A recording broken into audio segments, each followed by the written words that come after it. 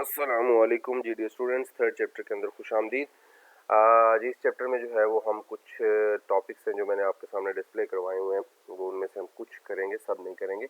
इसमें हम सबसे पहले सीन ऑब्जेक्ट के ऊपर वर्क करेंगे, मैथमेटिकल एक्सप्रेशंस पे काम करेंगे, टाइप कास्टिंग पे काम करेंगे, नेम्ड कांस्टेंट है, multiple assignment and combined assignment है, फॉर्मेटिंग आउटपुट है, फॉर्मेटेड इनपुट है, और उसके बाद हम एक मैथमेटिकल लाइब्रेरी फंक्शंस है उस पर ऊपर भी काम करेंगे।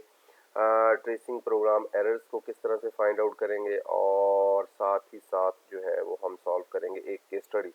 फाइल हैंडलिंग को हम बाद में डिस्कस करेंगे। ठीक हो गया जी, कुछ चीज़ें जो है वो यहाँ कवर अप करना ज़रूरी हैं, तो वो हम यहीं पे कवर अप करेंगे।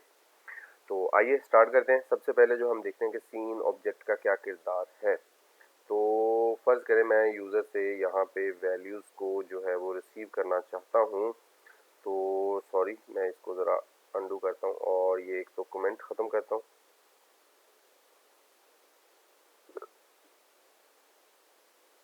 कमेंट को ख़त्म किया मैंने, और फ़र्ज़ करें मैं यहाँ पे एक वेरिएबल है इंट नंबर, और मैंने सी आउट कर दिया। यू एंटर्ड दिस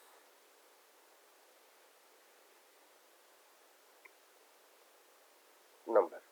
अच्छा, अब इसमें एक तरीका तो ये है कि मैं इसे वैल्यू कोई असाइन कर दूँ, इसको कहते हैं गिवन वैल्यू, यानी कि वो वैल्यू पहले से इसे दे देना, प्रोवाइड कर देना। और एक तरीका होता है कि भाई यूज़र एंटर करे।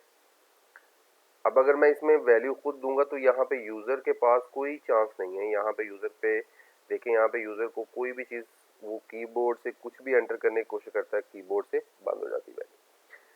तो ये हम यूज़र से वैल्यू नहीं ले रहे। लेकिन अगर मैं उसे यूज़र से कहूँ कुछ इस तरह से, सी इन नंबर, अब क्या होगा, यूज़र को यहाँ पे नज़र आएगी एक ब्लैंक स्क्रीन, और सॉरी, सी इन नंबर। अगर मैं यहाँ पे अब रन करता हूँ तो यूज़र को आएगी एक ब्लैक स्क्रीन नज़र। अच्छा, अब वो ब्लैक स्क्रीन के ऊपर जो भी वो टाइप करेगा वो एंटर होगा, और वो एंटर होके जाएगा किसके अंदर, नंबर वेरिएबल में। और वो नंबर वेरिएबल को बाद में हमने क्या किया हुआ है, बाद में हमने उसको डिस्प्ले करवाया, यू एंटर दिस 23। ठीक है। अब ये आपकी मर्जी है कि आप डायरेक्टली उसे ब्लैंक स्क्रीन दे दें और उसे कहो भी एंटर करो, लेकिन उसे कोई मैसेज तो नहीं मिला ना। अब देखिए यहाँ पे मुझे कैसे पता लगे मैंने यहाँ पे क्या एंटर करना है। ठीक है ना, यहाँ तो ब्लैक स्क्रीन आ रही है, वो तो मुझे पता था, तो मैंने इसलिए टाइप कर दिया और वैल्यू आ गई। अगर मैं ऐसा नहीं करता तो मैं यहाँ पे गलती भी तो कर सकता हूँ। मैं यहाँ पे एंटर अब्दुल्ला भी कर सकता हूँ, मुझे क्या पता। लेकिन वो देखें अब आउटपुट गलत आ रही है। अगर आप सही गाइड नहीं करेंगे यूज़र को तो वो सही इनपुट भी नहीं दे पाएगा। तो हमें सही गाइड करने के लिए पहले उसे एक मैसेज डिस्प्ले करवाना होगा, काइंडली एंटर इंटीजर नंबर। ठीक है, इंटीजर नंबर। अब मैंने उसे गाइड कर दिया है।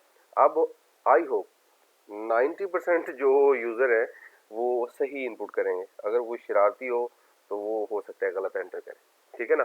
तो अब उसके लिए एक मैसेज जो है वो डिस्प्ले हो गया है।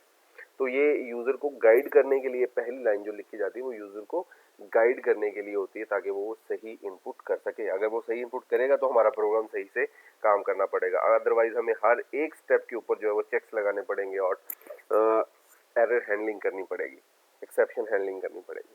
तो ये सीन के साथ हिसाब किताब है। अगर फर्ज करें आप इंटीजर की वैल्यू लेना चाहते तो इंटीजर, अगर आप यहाँ पे करेक्टर लिख देते हैं तो आप उसे बताएंगे जी करेक्टर वैल्यू एंटर करो। अगर आप यहाँ पे स्ट्रिंग लिख देते हैं तो आप उसे गाइड करेंगे भी स्ट्रिंग एंटर करो।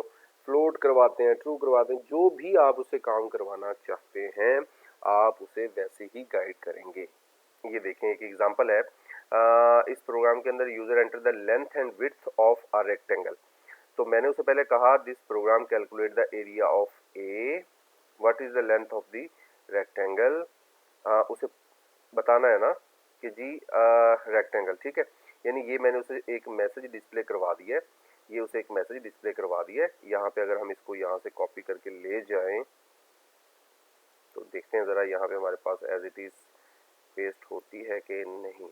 तो यहाँ पे हमारे पास पेस्ट सही तरीके से नहीं हुई। तो ये देखें हमने क्या किया, उसको दो मैसेज डिस्प्ले करवाए हैं, पहले सी आउट, जस्ट सी आउट करवाए हैं। ठीक है, उसके बाद हमने उसे कहा कि जी आप बता दें हमें कि लेंथ कितनी होनी चाहिए, what is the length of the rectangle. उसने वो लेंथ बता दी।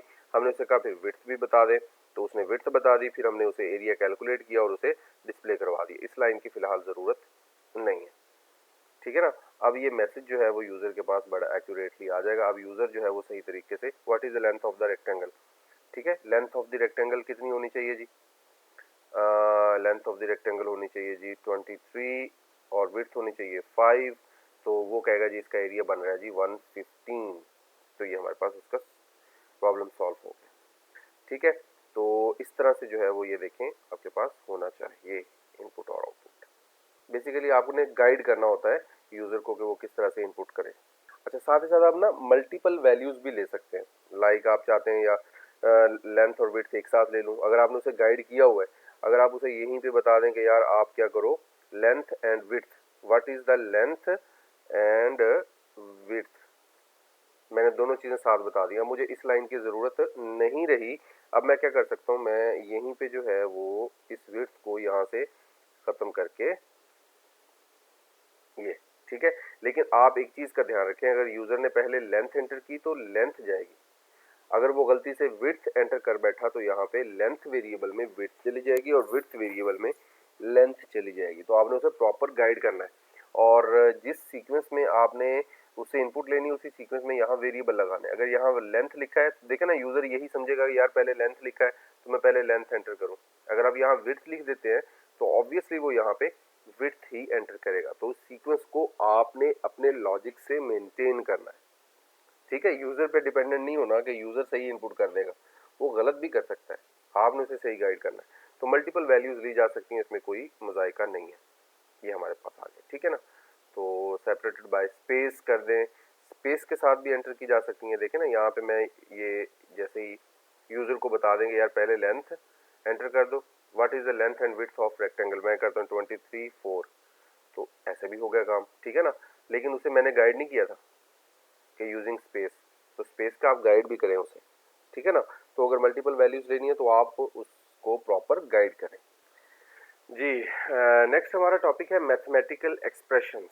मैथमेटिकल एक्सप्रेशंस का मतलब ये है कि वो लाइन जिसके अंदर मैथमेटिकल ऑपरेटर्स यूज हुए और वो मैथमेटिकल रिजल्ट इवेल्युएट कर रहे हो, उसे हम मैथमेटिकल एक्सप्रेशन कहते हैं। वैसे बेसिकली एक्सप्रेशन की जो मीनिंग है वो ये बनती है कि जो चीज़ कोई वैल्यू प्रोड्यूस करे, statement that has a value, an expression in programming language that has a value, उसे हम क्या कहते हैं, एक्सप्रेशन कहते हैं। और अगर उसमें मैथमेटिकल ऑपरेटर लगाओ तो मैथमेटिकल एक्सप्रेशन, रिलेशनल ऑपरेटर लगाओ तो रिलेशनल एक्सप्रेशन, जोन से टाइप का ऑपरेटर लगाए वो उसी टाइप का एक्सप्रेशन बन जाता है। तो ऐसा कोई मुश्किल काम नहीं है। ये यहाँ पे देखें, ये आगे बात, ये मैथमेटिकल एक्सप्रेशंस जा रहे हैं, ठीक है। ये सारे मैथमेटिकल एक्सप्रेशंस हैं।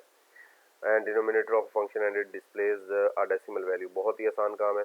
हमने यूज़र से डिनोमिनेटर लिया और उसका वो जो है रिजल्ट डिस्प्ले करवा दिया 316 और ये उसकी डेसिमल वैल्यू आ गई। ये हमने यहाँ पे मैथमेटिकल एक्सप्रेशन भी सी आउट के अंदर डायरेक्टली यूज़ कर सकते हैं, ठीक है। ब्रैकेट्स लगाना इर्द गिर्द जो है वो कर्ली पैरेंथेसिस लगाना ज़रूरी नहीं। अब इसी के अंदर जो है वो ऑपरेटर प्रेसिडेंस भी होती है। प्रेसिडेंस वही बोर्ड मैथ्स वाला रूल, मैथमेटिक्स सिंपल वाला रूल कि किस ऑपरेटर की पावर ज़्यादा है, कौन सा पावरफुल ऑपरेटर है। तो जो ऑपरेटर्स मैथमेटिक्स के अंदर जिस तरह से उनकी प्रेसिडेंस है, सेम उसी तरह से सी प्लस प्लस के अंदर भी उनकी पावर जो है वो उसी तरह, लाइक डिवाइड और प्लस इकट्ठे आ गए हैं। यहाँ देखें, डिवाइड और प्लस इकट्ठे आ गए हैं तो इसमें सबसे पहले कौन परफॉर्म होगा, तो ऑब्वियसली वो परफॉर्म होगा डिवाइड। डिवाइड की प्रेसिडेंस ज़्यादा है 12 से, मैंने नहीं बताया हुआ, ये पहले से मैथमेटिक्स वालों ने रूल डिफाइन किया हुआ है। तो 3 2 और 12 2 14 यहाँ रिजल्ट आ जाएगा। लेकिन अगर आप प्लस को इसके साथ करने लगे तो कुछ और रिजल्ट आएगा और वो हमारे लिए रिलायबल नहीं होगा, ठीक हो गया जी।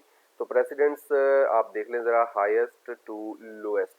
तो सबसे पहले यूनरी ऑपरेटर नेगेशन की है सबसे पावर ज़्यादा, उसके बाद इन तीनों की ज़्यादा पावर है, मॉडुलस ऑपरेटर, डिवाइड ऑपरेटर और मल्टीप्लाई, और इसके बाद है जी प्लस और माइनस की, ठीक है।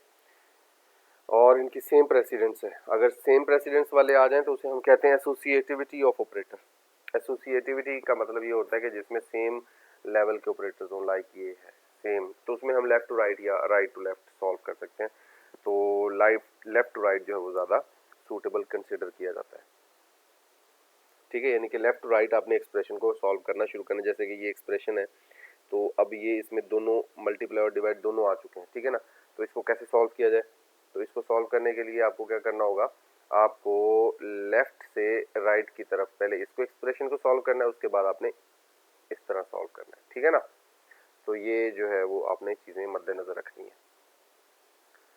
पैरेंथेसिस में करेंगे तो ऑब्वियसली पैरेंथेसिस की पावर सबसे ज़्यादा है, पैरेंथेसिस वाला एक्सप्रेशन सबसे पहले सॉल्व होता है, बाकी उसके बाद सॉल्व होते हैं।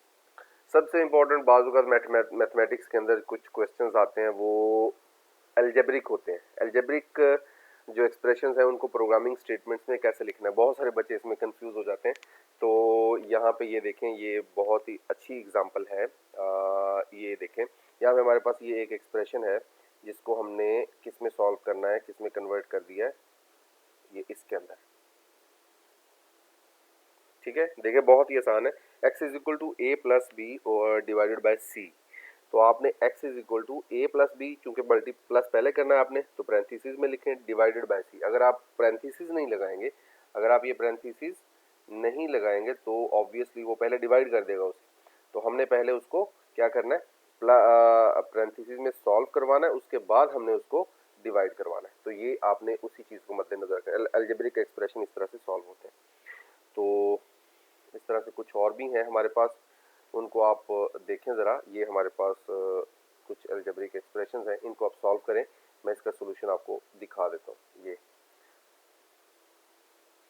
लाजमी तौर पे सॉल्व करें ताकि आपको इसको सॉल्व करना आ जाए, ताकि आप बाद में प्रोग्रामिंग एग्जांपल्स के अंदर इसको आसानी के साथ सॉल्व कर पाएँ।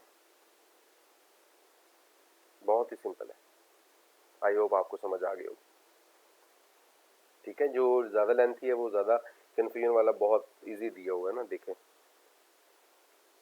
3x प्लस 2 3 मल्टीप्लाई बाय, क्योंकि 3 और x जो है वो 3x से मल्टीप्लाई हो रहा है ना, तो मैथमेटिक्स का तो यही रूल है, प्लस 2 पहले होगा परफॉर्म, इसको पहले रख दें, divided by 4a minus a1, तो a माइनस 1 वो सीधा सीधा आ गया आपके पास।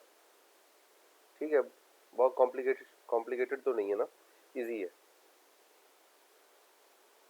अच्छा, यहाँ पे अब हम पावर फंक्शन को देखेंगे, पावर फंक्शन हमारे लिए क्या करता है। अच्छा, पावर फंक्शन को यूज़ करने से पहले हमें यहाँ पे एक हेडर फाइल लगानी पड़ेगी। अब ये वो मतलब हम मज़ीद जो है वो हेडर फाइल की तरफ जा रहे हैं, math.h। ये हमारे पास एक हेडर फाइल है और इस कोड को तो मैं यहाँ से हटा रहा हूँ, बल्कि मैं इसको कर देता हूँ कमेंट, कंट्रोल फॉरवर्ड स्लैश, किससे,